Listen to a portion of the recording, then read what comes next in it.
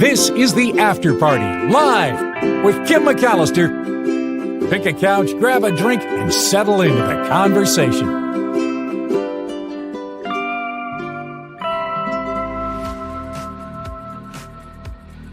The system that I'm using mutes me during that open because I'm singing and making all kinds of racket. How embarrassing.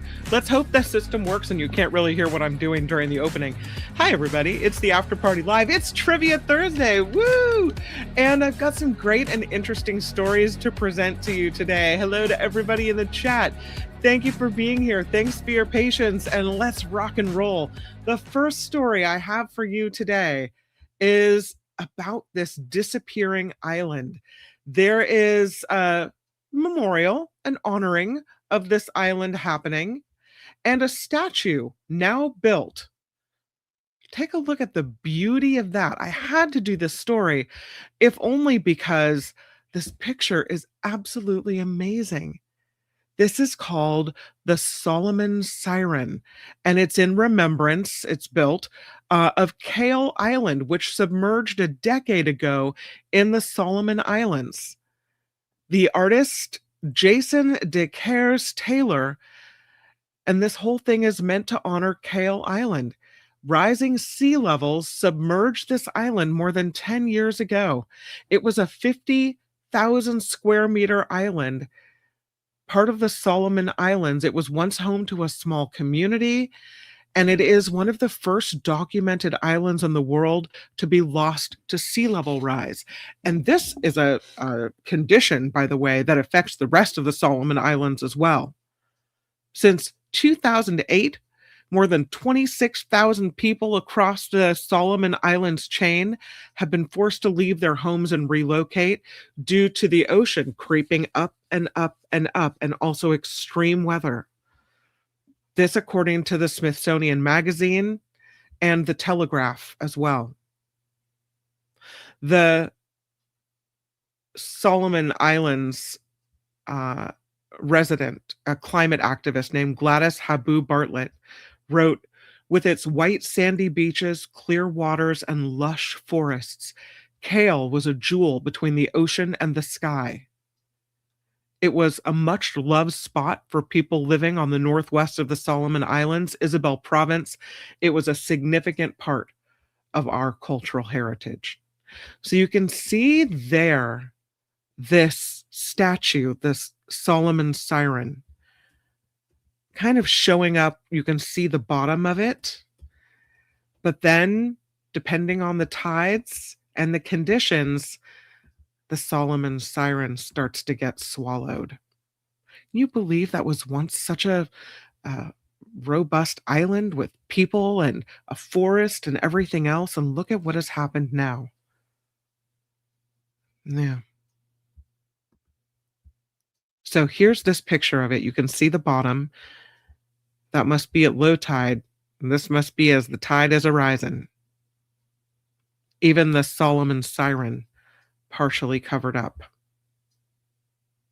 To commemorate 10 years since Kale was officially lost, this marine artist installed a new sculpture in the intertidal zone where the sand intermittently peaks above the waves. It pays homage to a lost home while also celebrating environmental activism as well. It was modeled on Gladys. This sculpture stands as a memorial to a lost landscape and a powerful reminder of the communities already living with the impacts of climate change. So Gladys Habu-Bartlett, of course, is the environmental activist on who this statue is based. That was a resident there as well. And the sculpture is a life-size figure of her. She's been recognized internationally for her work on gender equity and environmental awareness in the Pacific. The artwork is made from a pH-neutral cement and biochar, which creates a porous surface suitable for marine colonization by algae and corals and invertebrates. And the branches offer a resting place for seabirds. The sculpture has markings tracking sea level rise as well. in 2006, 2016, and 2026. They also have projected marks for 2036 and 2046 based on the climate models there.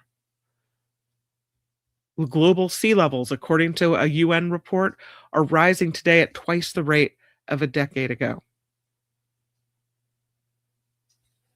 So it's a sad situation. But the sculpture is breathtaking, and it's one of an ongoing siren series responding to marine ecosystems. So we'll see more around the world. As a matter of fact, there's a Sirens of Sewage sculpture in England that is meant to raise awareness about water companies' untreated sewage. There's more of these siren sculptures coming. Breathtaking. There is a new species of monkey discovered, and it has orange lips. Look at him. He's cute. Yeah, this is a monkey discovered in the forests of the DR Congo. It's only the 5th new primate species identified in Africa during the last 75 years. Look at that face. The small primate is called Colobus congoensis, found in the Lomami National Park on the east side of the country, distinguished by its pale markings around the mouth. This monkey, they say, has occasionally been sighted by the locals, and they gave it the informal name Likweli, but it had not been officially declared a distinct species, until the findings were published in a scientific journal, and that happened on Thursday. The species first photographed by conservationists in 2008. They only got part of the animal, though, but they thought it might be a new variety. Then a decade later, a field researcher confirms the existence, gets 7 more pictures of this monkey in different locations. Since then, there have been 114 field sightings in the forests of the DRC. This monkey has black fur with pale markings around its mouth and a white perianal patch, unlike those of any known primate species in the area. And again, only the 5th time, number 5, that a new monkey species has been discovered in Africa in the last 75 years. They propose, the folks, the conservationists who co-authored this paper on this study, that this Colobus congoensis should be added to the endangered species list because it has a very small population. The expansion of human populations from the current areas of settlement are ongoing. At least 15 new villages added within the adjacent range of this monkey's habitat. And if that continues, they anticipate significant reduction of this monkey's population and a loss of habitat in the buffer zone. They describe this monkey as quiet and cryptic, not widely known by local communities near its habitat, in close canopy and elevated tropical forests. They don't know a lot about this monkey. Yeah. So interesting. There are some people that live nearby that call this monkey the branch shaker. So it does, even though it's quiet, it does make a roaring noise. Researchers recorded 6 roars on camera during their documentation of this species. Well, there he is with his orange mouth.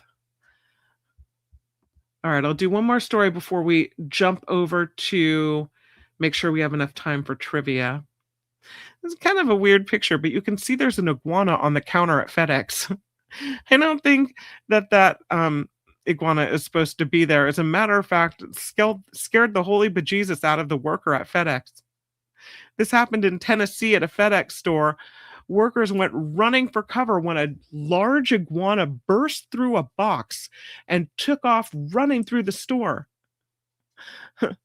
This man went to the FedEx store in Memphis to pick up his new pet iguana. Who sends an iguana in a FedEx box.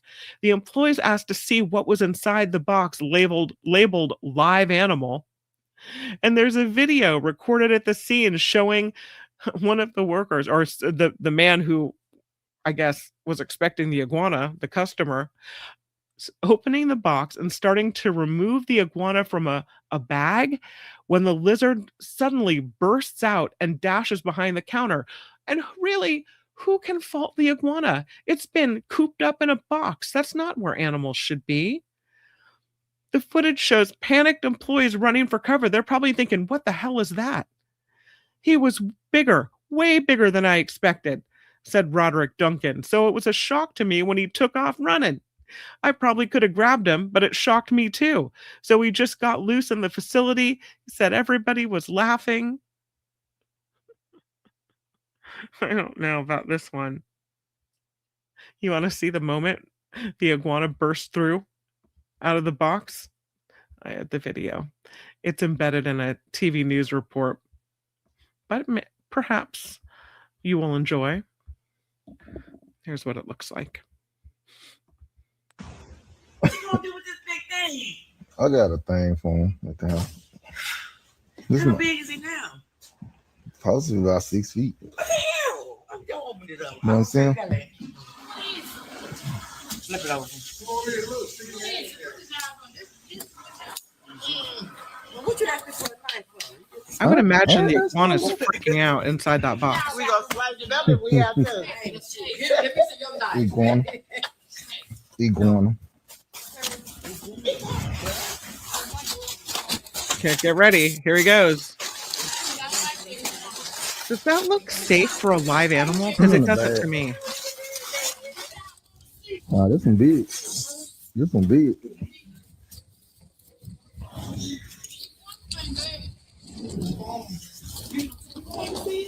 This just doesn't look right to me. That looks actually kind of, I would say that's cruel to do that to a living creature. And off he goes. Yeah. Go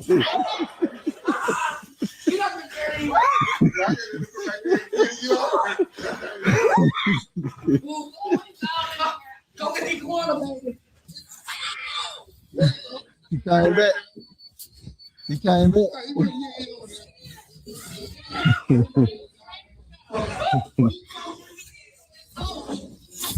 Yeah, he's scared. You see him? Grab him by the tail.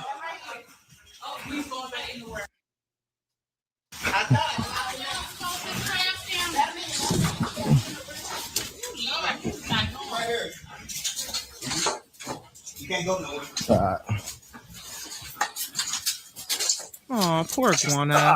Gotcha. Yes, I think my Come on, sympathy man. in this case is more for the iguana than the workers. Yeah, he's That's just horrifying. Don't put him back in the bag. Right now, if I'm the iguana, I'm pissed. I'm not going back in the bag. appreciate it. Oh. Yeah. Yeah, he did. That's horrible. I mean, I think that's really horrible. And I can completely understand why this iguana made a run for it. Right? Am I alone in this thinking? Looking at the moment where he jumps out. Well, you guys get the point. Just absolutely not. There he is as he makes a run for it. I'm telling you, if I have one hope in this, it's that animal officials see this video, track down the guy, because he's quoted with his name, and look at who sent it, where he ordered this iguana from, and how they're packaging these animals. That's awful. I really feel that's awful. This man, Duncan, said iguanas tend to play dead when they're handled, so he expected this lizard, which he named Titan, to be docile when he opened the box, but he said he, quote, came out ready for all the smoke. Yeah, no. I think he didn't come out ready for the smoke. He came out because he was probably scared and fighting for his life. Am I too libby-lib on this? Am I too much of an animal activist on this one? Because it just seems rotten to me. John Watson says, it seems like there'd be more human ways of sending live animals through the mail, right? Like in a cat carrier or something, like you have to pay an extra $25 for the creature to be in a carrier where it's not in a box packed with tissue like a vase or plates that you order. I mean, that's no. Absolutely no. Zero sum. I feel the same way, Kim. Poor lizard. Okay, thank you for validating me, because I was thinking, am I being a little too, like, I don't know, critical of this? I don't think so. I mean, I guess I realize that an iguana and I may have different feelings, but I kind of put myself in the position of the animal. Dillette, why the hell they open the box when it belonged to someone else? Oh, it was the man that had ordered it who was standing at the counter. So it was. Looked like a very healthy iguana. It did, but I still think it was scared of being cooped up in that box. I mean, who knows? Hopefully it was an overnighted situation, but even if, that's still hours and hours in a box, right? How would you like to be shipped through the mail, says John Watson. No, thank you. Heather says the box was printed with a live animal label, which indicates that this is a standard practice. Unbelievable, says Heather. Absolutely. That's just crazy. Oh, thank you, Dillette. Okay. Because yeah. I just feel that whole thing felt icky, right? Very icky. Okay, Gordon's on the same page. All right, thank you. A little backup from the team here. I appreciate that. Yeah, Glenn says an animal protection agency should have been called immediately. That's just, oh, good. Okay, see, look at this is why we're all friends. we all have the same thinking on this one, because that just didn't feel right at all. No. Package and ship that guy the same way. Probably fell out of a Florida tree last winter.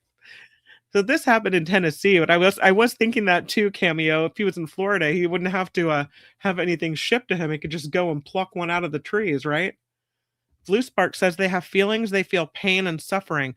I would imagine that's rather suffocating, right? To be in that box. Even if the bag is kind of porous and allows oxygen through, you're still, the way it was packed in there, immobilized with all that packing material weighing it down on top of it. No, thank you. No. I know people treat these creatures that are falling from the trees in Florida that are so plentiful like they don't matter, but that just seems not very nice to me at all. Yeah. Should be charged with animal cruelty, says Teacher Lori. Gosh, I love you guys. You really are the best. I have so many more stories to share with you, and I hope we have time for them. Maybe I'll just do this one. Speaking of animals, big old animals. This guy catches a catfish, and it's huge. They call it a scale-breaking monster catfish, and it was caught in a Southern California lake. They have named it Catzilla. Happened at Hesperia Lake Park. This catfish was so large it broke the scale, weighed in at 30 pounds. Hesperia Rec and Park District say this trophy fish was caught July 26th. They put it back in the lake, though. So it's still swimming around out there, Catzilla. They say the 30-pounder was seen as a massive win for this angler who brought the legend to the shoreline. So this one, this Catzilla, or this catfish, was 30 pounds, but there is one that's a 50-pounder, and that's the one they named Catzilla, and that's the one that's still swimming around in the lake. They say, hold on to your rods, because the lake's true king is yet to be crowned. If a 30-pounder can break the scale, what's Catzilla gonna do? So they're challenging other fishermen to make that catch. They shared pictures of the 30-pound and the 50-pound catfish on Facebook. They stock this lake with catfish. They regularly stock it with thousands of pounds of fish. They recently had a massive load of fish that was just dropped in, just waiting to be caught. 1,000 pounds of channel catfish, 500 pounds of tilapia. They say most of the catfish have been in the 3 to 5 pound range. So to get a 30 pounder is a big deal there. Yeah. Southern California. It's what they do. Huge thank you to Wes in Florida popping through with a $6 super chat. Hi, everyone, writes Wes. Happy pre-weekend. Thought about you, Wes. A couple of Chinese robot stories in the news lately. First, I don't know if you saw this story. I don't have it in front of me, but apparently the U.S. government is banning Chinese robots because they think they're a national security risk. Did you see that story? Then I saw another story. I actually do have it in the show today about the and I don't know if we've done this before because the story is kind of familiar to me, but I think it's an update. The humanoid robots will not be allowed on airplanes. So I guess you could say this is the one job that's safe, right? The airline attendant or stewardess, a flight attendant. Something about the lithium batteries not being safe aboard the plane. So they say, no, we're not going to have the robots doing the flight attendant work on the planes. And by the way, you can't put it in a passenger seat and you can't have it on the plane at all. Anyway, those two stories made me think of you. Hi, Wes, and thank you for the contribution. Really, really kind. Also, thank you to Glenn from Australia who throws in, be kind to the animals and the planet. What you said. Absolutely. Glenn may, we'll see how it works out next week, take the drone up and show us some live wallabies or kangaroos back at Burby Island. Did I say it right? I always get it wrong. But we're hoping that he spots some and that he can do that. But even so, it's nice just to have him pop in and say hello. Maybe he'll show us some live teenagers in their natural habitat. So thank you to Glenn. Thank you to Wes. Really, really nice. And thank you to everyone who contributes to the show via PayPal. The information on how to do that is in every show description, and it's what keeps this show going. Same with the Mark Thompson Show. Same with News That Makes You Drink, the Nikki Maduro Show. It's just so appreciated. And this is the new way, I guess, of independent media. So thank you to everyone for contributing, those that do. Really, really nice. The most recent contributors, Laura W., Donald S., and Janet W. So huge thank you. All right. It's time for Trivia Thursday. We're going in. I'm going to go to the chat, get myself all situated. And there it is. Heather says, I was going to ask Glenn to send me a wombat, but that last story about shipping animals is making me think twice. Yeah, probably. You're funny. It will be Friday the 13th. It'll be on the Friday show in 2 weeks. Oh, okay. For some reason, I thought it was a Tuesday. Thank you. I'll get myself together over here. All right. Here we go. A couple good categories for you. Some of these might be easy. These are the words you hear as TV openers. And again, the first couple, you're going to get like that. But there's some that are a little more challenging, so bear with me. You ready? Number 1. Once upon a time, there were 3 little girls who went to the police academy. I give you the opening line, you name the TV show.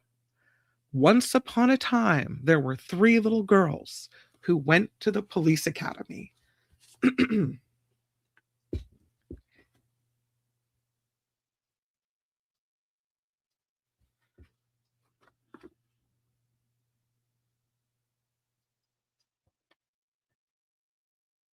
Let's see what you guys have to say. Looks like everyone has it. Yep. Everyone got that one really fast.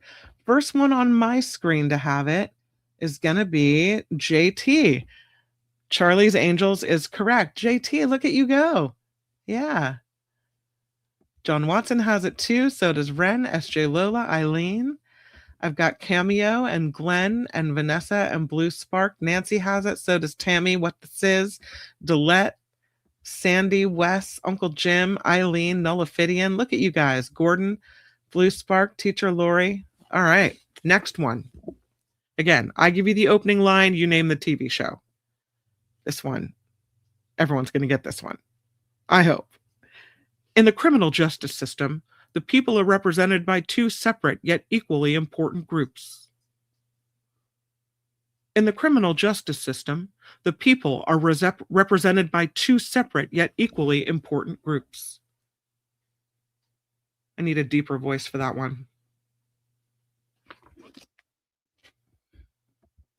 And that one is going to be, yeah, you guys got it.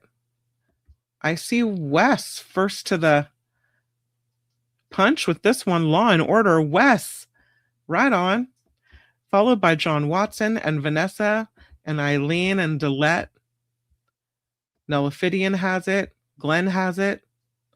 JT has it. So does Sandy, Nancy, Teacher Lori, Uncle Jim, Tammy, What the Sizz. Yeah, everybody has that one. Okay, next one.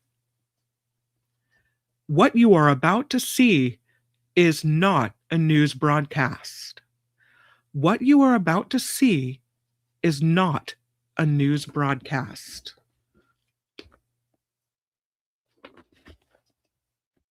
What you are about to see is not a news broadcast. That's a hard one, but you can almost see it in your mind's eye, right? What you are about to see is not a news broadcast. It is not The Twilight Zone, and it is not Outer Limits. It is not One Step Beyond. It is Unsolved Mysteries. Look at Vanessa go. Unsolved Mysteries is the answer. Yes, good job. Okay, next one. There are pretenders among us, geniuses with the ability to become anyone they want to be. I'll say it again. There are pretenders among us, geniuses with the ability to become anyone they want to be.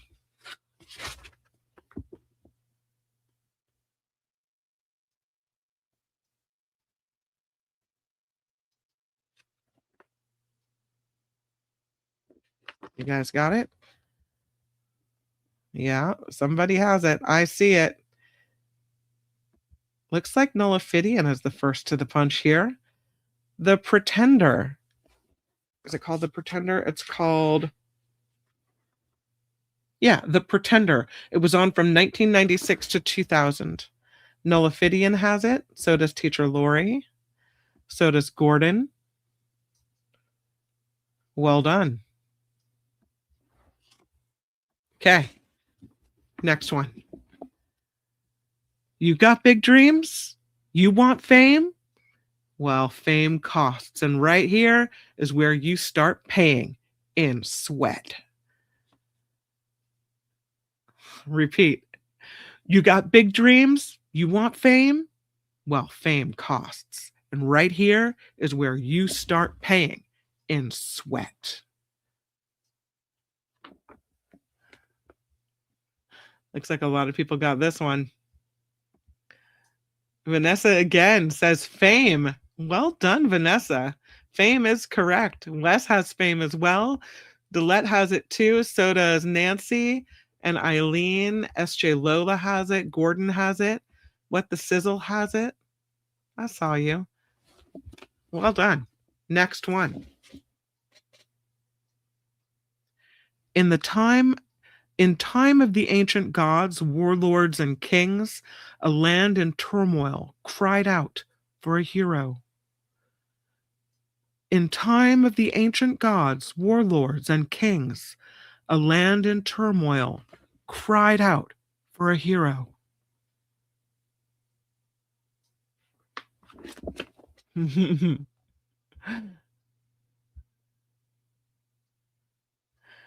Oh, I see some good answers.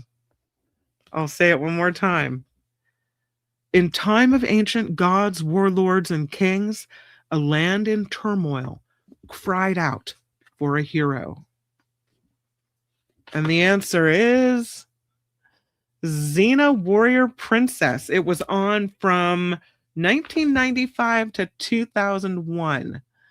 Let's see if I can find the first right answer. I think it's John Watson who says Xena. John Watson has it. Vanessa has it. SJ Lola has it. Xena the Warrior Princess. A girl from New Zealand. Yes, she was. Lucy Lawless, right? Yeah. Next one. And good job, everybody. She is a protector of the jungle, a force of nature, and one with the animals. I don't think we're talking about Heather.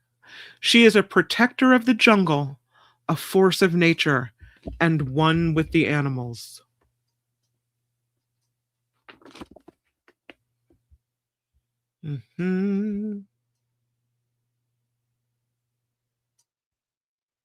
I see an answer. I see a lot of Janes. The answer Nullifidian has is Sheena. It is Sheena. Gordon has it too. Well done. I don't think I ever watched that one. Okay. Next question. My name is Sydney Bristow. 7 years ago, I was recruited by a secret branch of the CIA called SD6. My name is Sydney Bristow. 7 years ago, I was recruited by a secret branch of the CIA called SD6.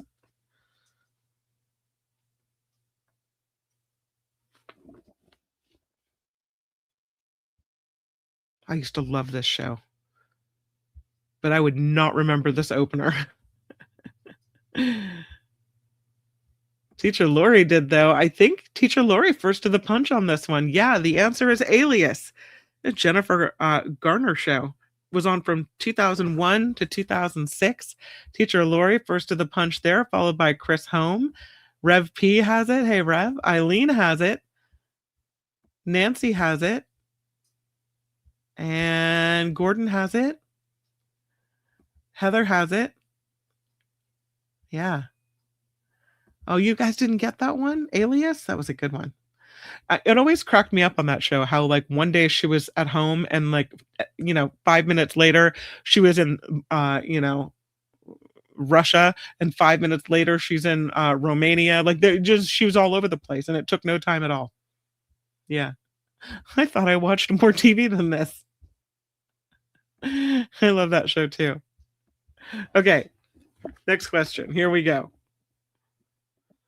What you are about to see is real.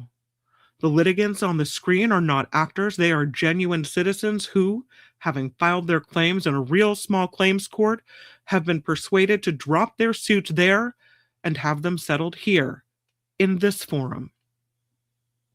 Do I need to read it again? One more time. What you are about to see is real. The litigants on the screen are not actors. They are genuine citizens who, having filed their claims in a real small claims court, have been persuaded to drop their suits there and have them settled here, in this forum, the People's Court. Right? Okay.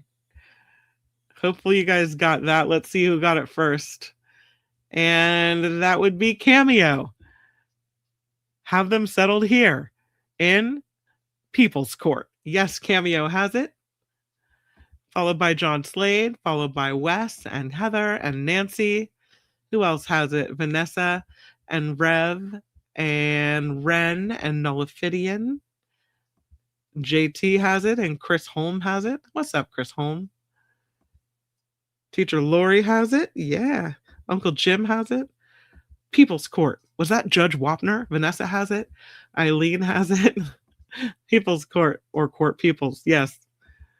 Yeah, Judge Wapner. Thank you. Judge Wapner, the People's Court. That was kind of the first one, right? Before Judge Judy and before all the other ones popped up. Next one. Gentlemen, you are about to enter the most fascinating field of medical science, the world of forensic medicine. Gentlemen, you are about to enter the most fascinating field of medical science, the world of forensic medicine. Which show does this belong?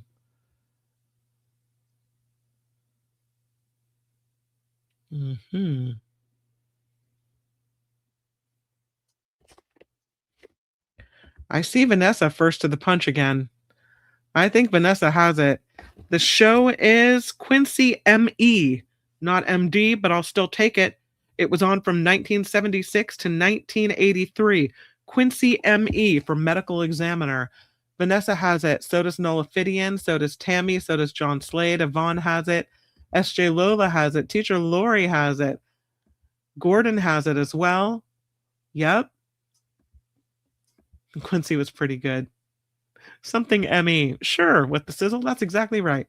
Jack Klugman. All right. Next question. Good job, you guys. This is the last one of these. Following in his father's footsteps as a naval aviator, Lieutenant Commander Harmon Rabb Jr. suffered a crash while landing his Tomcat on a storm-tossed carrier at sea. Here's the opener.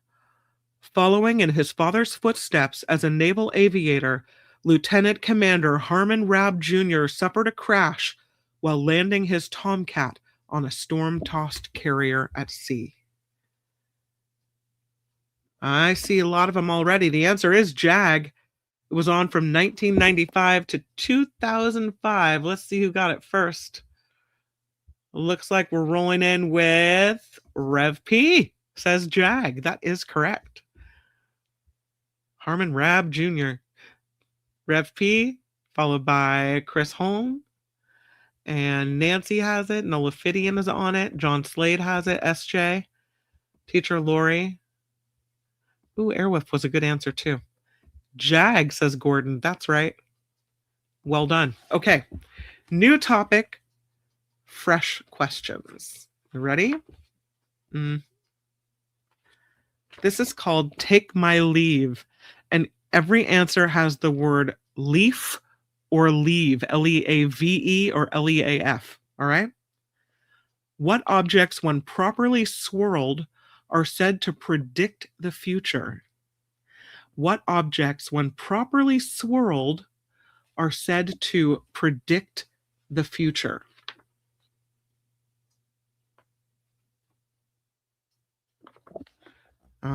You guys got this. The answer, says JT, is tea leaves. And that's correct. Tea leaves. Cameo also says tea. Wes has tea. Right. Uncle Jim has it. Tammy has it. John Watson has it. Deidre has it. Hi, Deidre. SJ Lola has it. So does Sandy. So does Chris. So does Ren. Eileen's on it. So is Nancy. Gordon. Well done, everybody. Oh, I see Delette has tea leaves. So does Teacher Lori and Nola Fidian. Your husband's brains. Oh. Okay, next one. Here we go.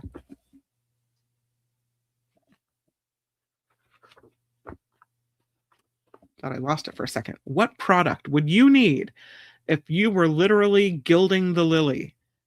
What product would you need if you were literally gilding the lily?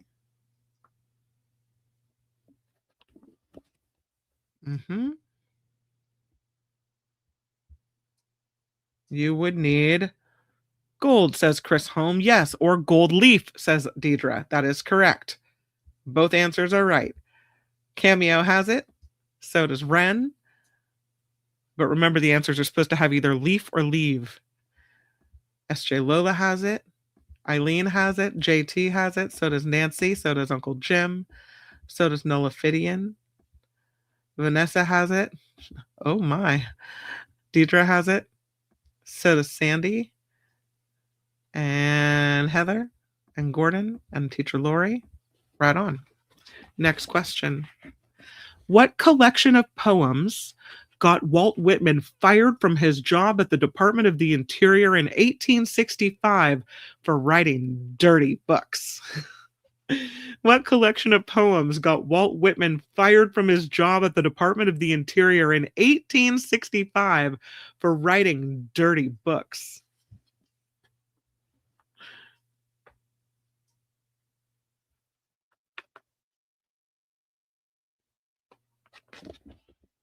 See if you know it.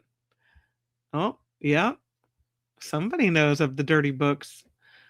Deidre, first to the punch with Leaves of Grass, and that is correct. Deidre has Leaves of Grass, well done, followed by John Watson, Leaves of Grass. S.J. Lola has it, so does Eileen. My favorite limericks are in there, says Chris Holm. Heather has it, so does Vanessa, so does Teacher Lori. I read it and I did not find it dirty, says What the Sizzle. Okay, next one. Glenn says, you guys know all the dirty books, right? Next one. This federal law allows a person to take time off to care for a sick parent or a newborn. This federal law allows a person to take time off to care for a sick parent or a newborn.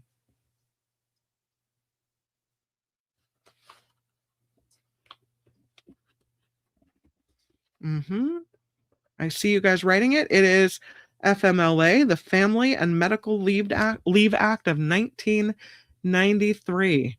And see who gets it first. Going back. If it's dirty, I wash it. Family leave, says JT. That's correct. Well done, JT. I'll give it to Deidre as well. Ren has it. So does Sandy. So does Heather. Yes, cameo, personal leave, paternity leave. It's FMLA technically, but it all amounts to the same thing. Family says Tammy and Vanessa and Nullifidian. SJ Lola, I think everyone got this one. Eileen, Blue Spark, Delette, thank you very much. Okay, next one.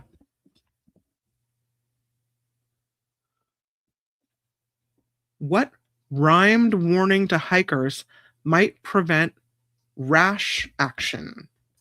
What rhymed warning to hikers might prevent rash action?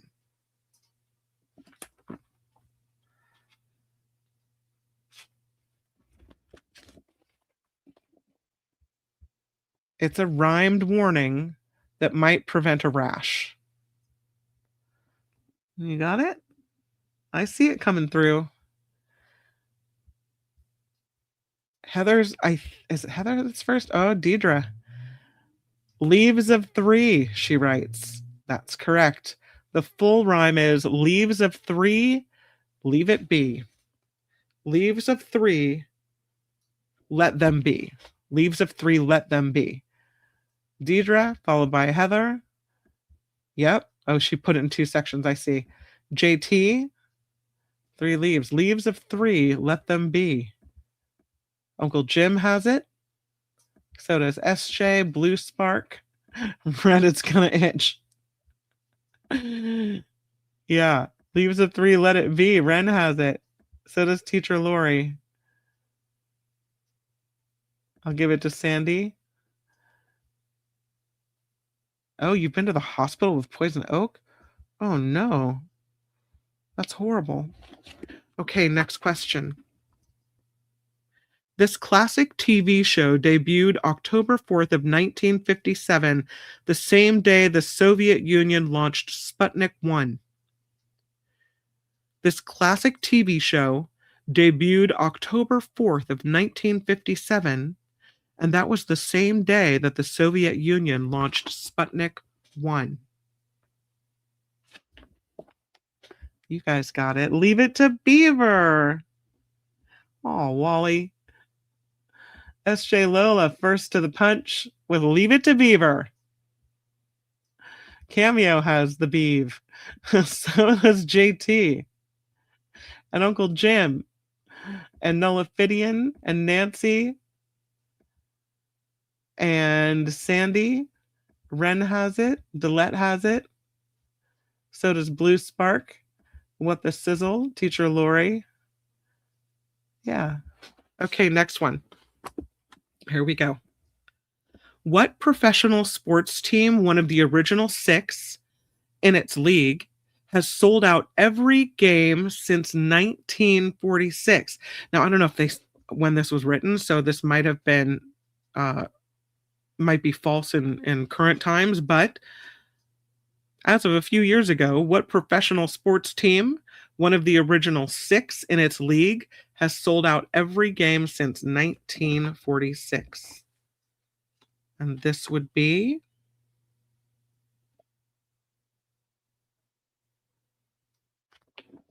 yep. I see you guys have it. I would not have gotten this one right. It is indeed the Toronto Maple Leafs. I think Wes is first to the punch. Who knew Wes is a hockey fan? Wes says it's the Maple Leaves. You are first, and well done. SJ Lola says Maple Leaves. So does Uncle Jim and Cameo and Delette. And Nancy has it. So does Blue Spark. So does Nola Fidian. Oh, it's Maple Leaves, not Green Leaves, but that's okay. Teacher Lori has it. Yeah. Well done. Or maybe you knew it just because of leaves, maple leaves. Good job. Okay, next one. I don't know if I would have gotten that so quickly, though. What begins accumulating at the start of a voyage at the rate of 1 day for every 15 days served?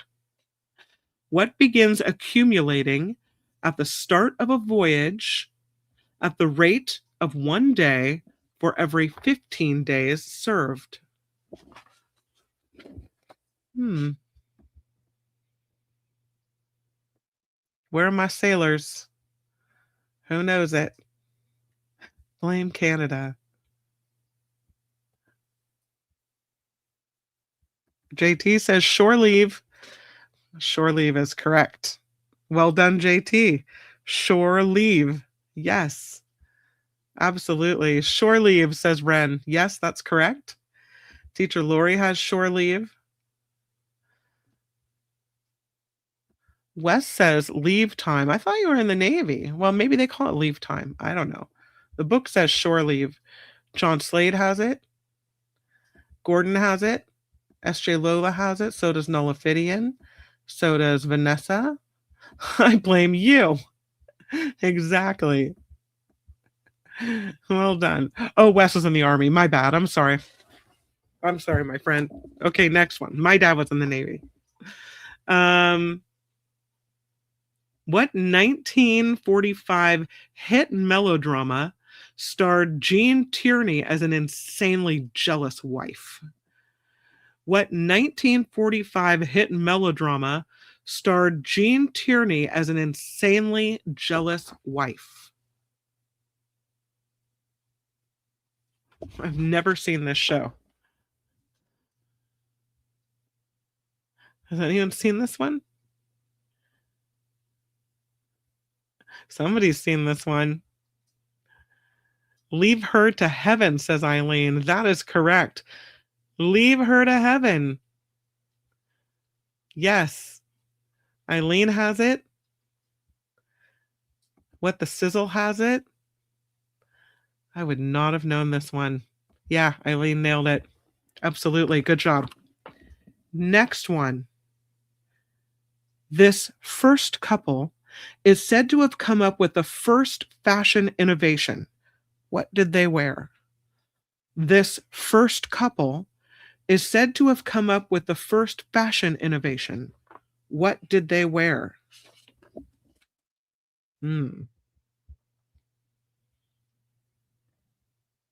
You guys already have it, and you're quick.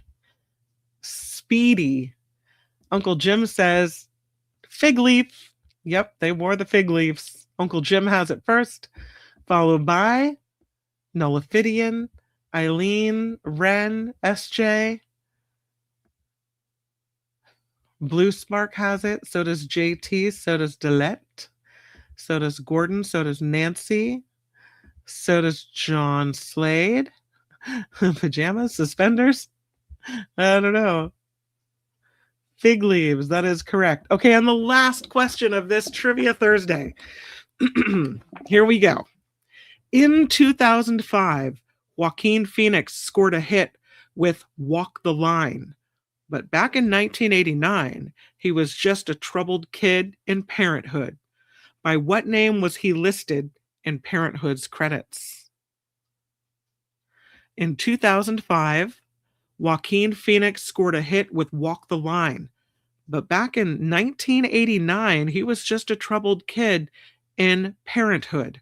By what name was he listed in Parenthood's credits? I did not know this. He was not Joaquin Phoenix. He was... Ren says Leaf.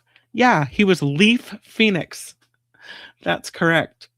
Ren gets it the first punch. Leif Erikson, Leif Milan, Leif Garrett, the troubled kid, Leif Erikson. He was, Leif Phoenix.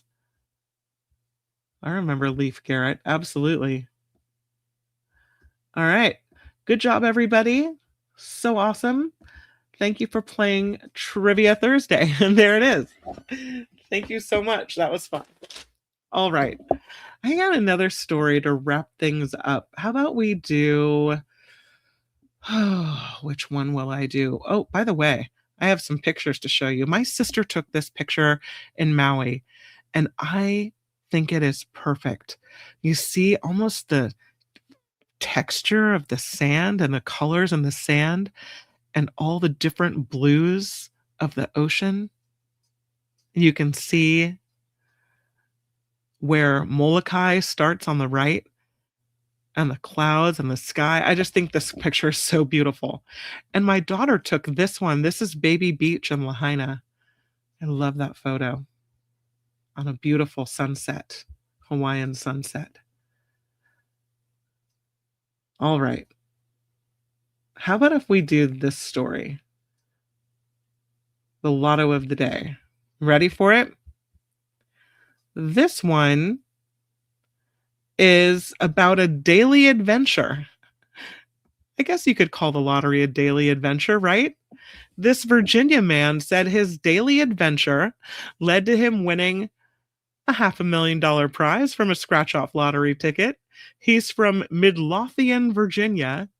He says he refers to buying his tickets as a daily adventure, and one such daily routine that brought him to the Styles Buy Right store in Midlothian. He selected a 6-figure scratch-off ticket, and he scratched it off in the store, revealing a $500,000 top prize. Said the first thing he did was find a quiet place to call his son and share the news. He says he just doesn't have any immediate plans for his money, and that's okay. He can take some time to figure it out. Maybe he'll be one of those guys that sets everything up ahead of time. Although $500,000, I don't know if you need to consult a lawyer and do all that, but that's a pretty nice win. By the way, did you guys hear that someone in Florida won the Mega Millions? I think it was either last night or the night before. And it was up to 800 million, I think. Yeah, it was a pretty big win. I thought it was in Florida. Maybe it's California. July 28th jackpot results. So just 2 days ago, right? A ticket sold in Florida hit all the numbers according to Mega Millions officials. This was the $800 million Mega Millions jackpot. And after you say you want the cash option, it'll be worth $344 million. It's still the 10th largest jackpot in the game's history. It went on for 38 drawings without a winner, I think. Oh, pretty good. Yeah, somebody in Florida. Is it Wes? Is it Tammy? Who won the big money? Did somebody win the big money? Maybe more than one person, because I'm seeing another story. Oh, a Mega Millions ticket sold in California. fell just one number short of winning the 800 million. Oh man. They won 63,000 instead. The ticket matching 4 winning numbers plus the mega ball. What a bum. I mean, I know you still get 63,000, but what a bummer to be so close to so many millions. So the Florida player won the $800 million jackpot. The California winner, 63 grand. One number short. Ouch. It's got to leave a mark. That's got to hurt. Thank you to everyone who has contributed to this show. I won the lottery with this group, that's for sure. Thank you, Wes in Florida, for throwing in $6, and Glenn in Australia for throwing in 2 exotic Australian dollars, and everyone who contributes to PayPal. You guys keep this show going, and I'm very, very appreciative of all that you do. I will see you tonight because we have on tap the Nikki Maduro Show. Now, I think we may have changed the name of the show to News That Makes You Drink. So it could be under the Nikki Maduro Show, or it could be under News That Makes You Drink. But either way, the show is at 5 p.m. Pacific this evening. So that's not very far from now. And I hope to see you back here for cocktails, mocktails, and politics. I look forward to spending more time with you today on YouTube. All right, until we meet again, go forth and make it a great rest of your Thursday, and I'll meet you right back here on YouTube. Bye, everybody. The After Party Live would like to thank the following contributors and viewers like you.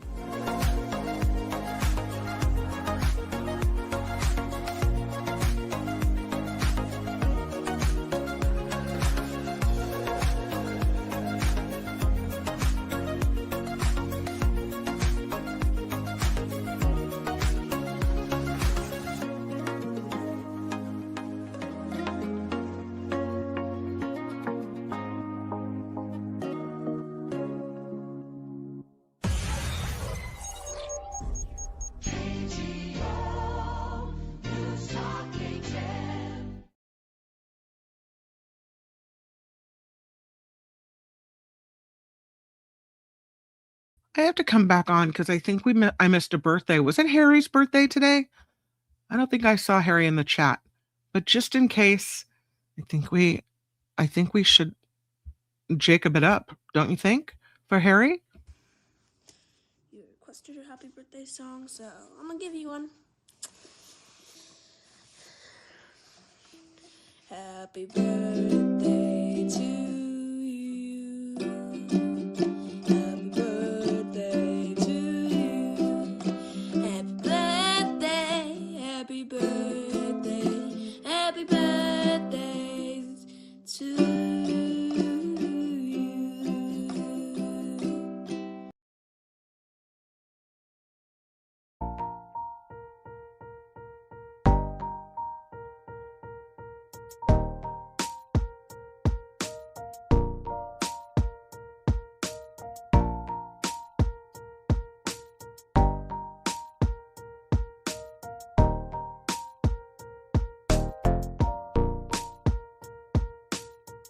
That was for Vicky and Harry. Happy birthday to both of you. Woo-hoo!